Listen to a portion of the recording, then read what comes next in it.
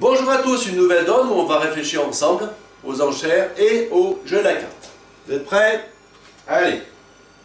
Alors, une donne difficulté intermédiaire, 3 étoiles, accession à la deuxième série majeure. Il faut quand même faire un petit peu chauffer là-dedans, hein. C'est parti. Alors, voici votre main en sud. 4 et 4, 8 et 4, 12, 13 points, une main plutôt intéressante. Votre partenaire va ouvrir, c'est encore plus intéressant, il ouvre de 1 carreau. Et ici on dit 1 cœur, on intervient à 1 cœur. Avec votre partenaire, vous avez décidé de ne pas jouer la collante. Il y a des gens qui jouent la collante, d'autres qui ne la jouent pas. On se rappelle que la collante, si je joue la collante sur 1 cœur, avec cette main-là, je compte pour dire j'ai toujours exactement 4 cartes à pique.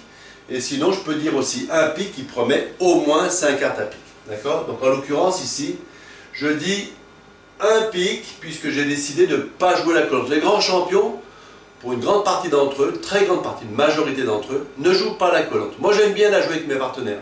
C'est plus facile, c'est plus tranquille. On a moins à se creuser la tête, on sait exactement combien il y a de piques en face. Je trouve que c'est plus intéressant. Alors en l'occurrence, on ne joue pas la collante, donc on peut dire un pique qui promet 4 cartes à pique et plus bien sûr, quand on ne joue pas la collante. Un pique, ici on passe, ici notre partenaire va nous fitter, il va nous fitter, on peut être 3 piques. Main intéressante, d'accord? Moi-même qui ai une belle main, ben, moi je pense au chelem, hein, quand je pars sur ce genre d'enchère, donc il a fait une enchère très positive à 3 piques, très intéressante. Moi-même j'ai cette belle main-là, allez, je pense au chelem, j'aimerais bien partir en contrôle, le problème c'est que je vais sauter les trèfles que je ne contrôle pas, je pars à carreau, ça va être un peu compliqué. Donc je profite de cette donne-là pour vous apprendre une convention intéressante. Quand on est fité comme ça, sur un fit 4-4 notamment, hein, l'enchère 300 atouts, ça ne veut pas dire je veux jouer les 100 atouts. Ça ne veut pas dire ça du tout, ça veut dire partons en contrôle et je te laisse la place de nommer tes contrôles de façon économique. Donc si je dis 300 atouts ici, je vais entendre, c'est ce qui m'a intéressé cette donne-là, le contrôle trèfle, sinon je ne sais pas bien ce qui se passe. Donc 300 atouts, il nomme son contrôle trèfle, bonne nouvelle. Là j'ai une très belle main, je peux poser le blackwood à 400 atouts, d'accord. Il me répond 5 piques, ça veut dire quoi 5 piques? C'est 2 clés, c'est ça? 2 clés et puis quoi? 2 clés et la dame d'atouts. Très bien, il a l'as de carreau, il a l'as de trèfle, il a la dame de pique, allez hop, 6 piques. 6 piques et on va recevoir l'entame du roi de carreau. J'ai trouvé un vieux roi de carreau, hein. C'est marqué le génie du commerce. Le roi de carreau, génie du commerce. Roi de carreau, bien. Merci pour cette belle entame. Le mort s'étale. Merci partenaire. Ah, il est pas mal, hein. Il est pas mal mon partenaire. Une dame de cœur qui ne sert à rien, a priori. Hein. S'il a eu 2 de cœur ici, c'était pareil.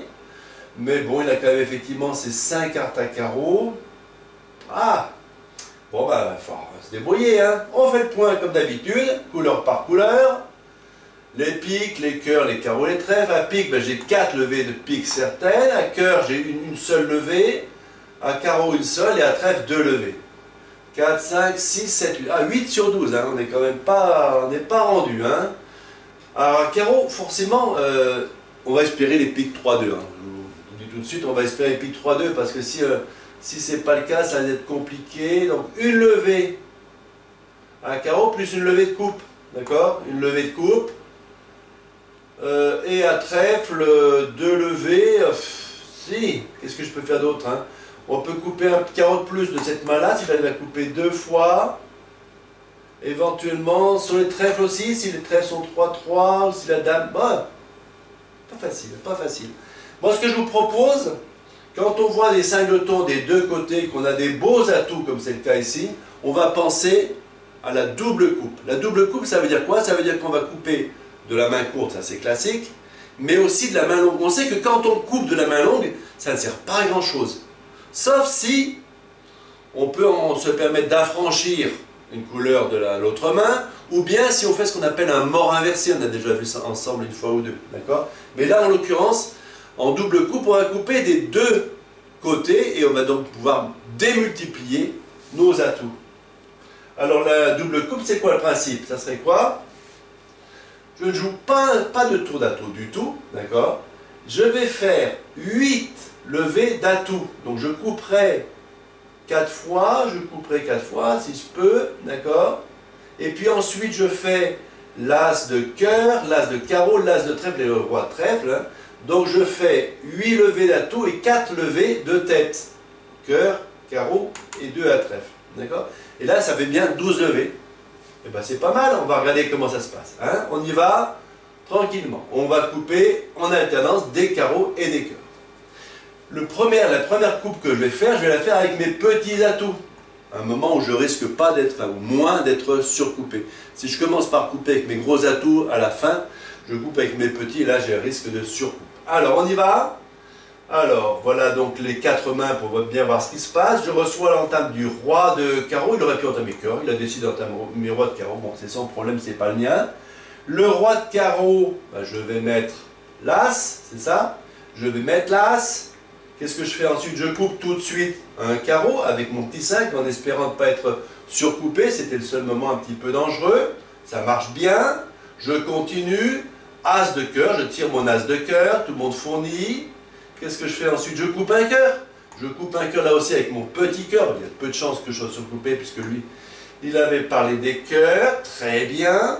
Et maintenant je continue. Hein, boum, boum, boum. Je coupe un carreau à nouveau. Je coupe un cœur à nouveau. Je suis mort. Je coupe encore un carreau. Et je coupe un cœur. Je coupe encore un carreau. Je suis déjà à 9 levées. Ben, 9 levées, c'est très bien. Qu'est-ce qui me reste? Ben, As et Roi de trèfle qui sont maîtres. Et la Dame de pique qui est maîtresse aussi, puisque c'est la plus grosse carte qui reste. Sauf que j'ai un petit problème. J'ai un petit problème, c'est que les adversaires n'ont pas encore utilisé leurs atouts. D'accord? Eh bien, donc, je ne ferai pas mon As et mon Roi de trèfle, parce qu'effectivement, quand je vais jouer ma Dame de pique, il va fournir un pique. Et quand je vais jouer As et Roi de trèfle, qu'est-ce qu'il va faire? Il va me couper, et je vais chuter mon contrat. Ça ne va pas du tout. Ça ne va pas du tout. Donc, quand je veux jouer en double coupe, il faut bien compter ses levées d'une part, mais aussi, il faut bien tirer ses levées maîtresses en début de coupe pour ne pas risquer, comme ici, d'être coupé à la fin. Donc on va faire la même donne, pour l'instant on n'est pas joué, c'est simplement de la réflexion. Hein. Je vais faire la même donne en tirant l'As et le Roi de trèfle en début de donne. Donc on va regarder comment ça se passe. Donc là aussi je reçois l'entame du Roi de carreau, je mets mon As, d'accord. Je tire As de trèfle, hein. On va le faire tranquillement. On va le faire tous ensemble. Donc Roi de carreau. Pour mon As, la parité ici, pourquoi pas, le 8. Je tire tout de suite l'As de trèfle, parité, là je mets ce que je veux, parité si je veux, le Roi de trèfle, parité, je mets ce que je veux, il fournit encore, et maintenant j'attaque ma double coupe, carreau, je fournis, je coupe petit. Bien. Il fournit aussi. As de cœur, il fournit, je fournis, tu fournis. Cœur que fournit ici, je coupe avec mon petit 2 de pique. On fournit toujours. Carreau. Là, il défausse ce qu'il veut. Par exemple, un cœur, ça n'a pas beaucoup d'importance. Je coupe du valet. Je fournis un carreau, je coupe un cœur, il fait ce qu'il veut, par exemple il défausse un carreau, ou il défausse, on va dire un petit pic, il joue un petit pic, regardez ses carreaux, je surcoupe du 9, là qu'est-ce que je fais? C'était du cœur demandé, c'est ça, je joue cœur, je suis au mort carreau, lui par exemple il peut défausser son trèfle, ça n'a pas beaucoup d'importance, je crois, pour l'instant, je coupe de mon As. Lui, il fournit bien sûr un carreau. Je coupe encore un cœur. Je coupe encore un cœur. Lui, ben, je sais pas, il défausse son carreau, il coupe un petit, on s'en fiche aussi. Je surcoupe. Je fournis un cœur. Je joue mon dernier carreau. Lui, il fait ce qu'il veut. Admettons qu'il défausse son roi de cœur, ça n'a plus d'importance, il n'y a plus de cœur chez l'adversaire. Je coupe de mon roi de pique, ici, on fournit encore un carreau, et j'ai déjà fait donc 11 levées, Et il me restera la dame de pique pour faire ma 12e levée. Donc 6 piques égales par sud. On a fait ce qu'on appelle donc un jeu de double coupe. De double coupe, c'est quand on coupe des deux mains alternativement comme ça. Bien, on a compris le principe. Donc je vais vous remontrer toute la donne, hein, si c'était nécessaire, mais vous avez tout compris. Donc j'avance quand même mon diaporama, la double coupe.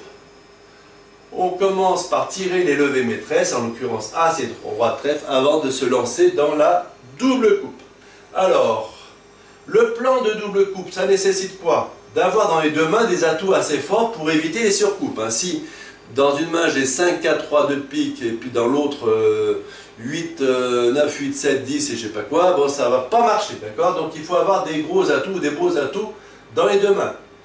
Il ne faut pas oublier de tirer ces levées maîtresses en début de coup, sinon les adversaires vont défausser et nous couper ces levées à la fin. Et puis dernier point important, veillez aux communications, dans quel sens on enclenche cette double coupe. Voilà, alors un petit conseil pour votre santé, parce que hein, c'est important quand même. Faut faire du sport. Bon, après vous avez le choix du sport. Voilà à peu près ce à quoi vous allez ressembler si vous faites du vélo, du tennis, de la natation, puis bon, du bridge. Voilà. Donc j'espère que cette donne vous a intéressé. La double coupe, on se rappelle, double coupe, dédoubler les atouts, ça nécessite d'avoir des atouts solides. Ça nécessite d'avoir aussi des courtes. Si je n'ai pas de courtes dans les deux mains, c'est pas possible. Et ça nécessite aussi, pour ne pas se faire coincer à la fin, de tirer ses levées maîtresses en tout début de coup. Voilà, j'espère que cette donne vous a intéressé. Faites du sport!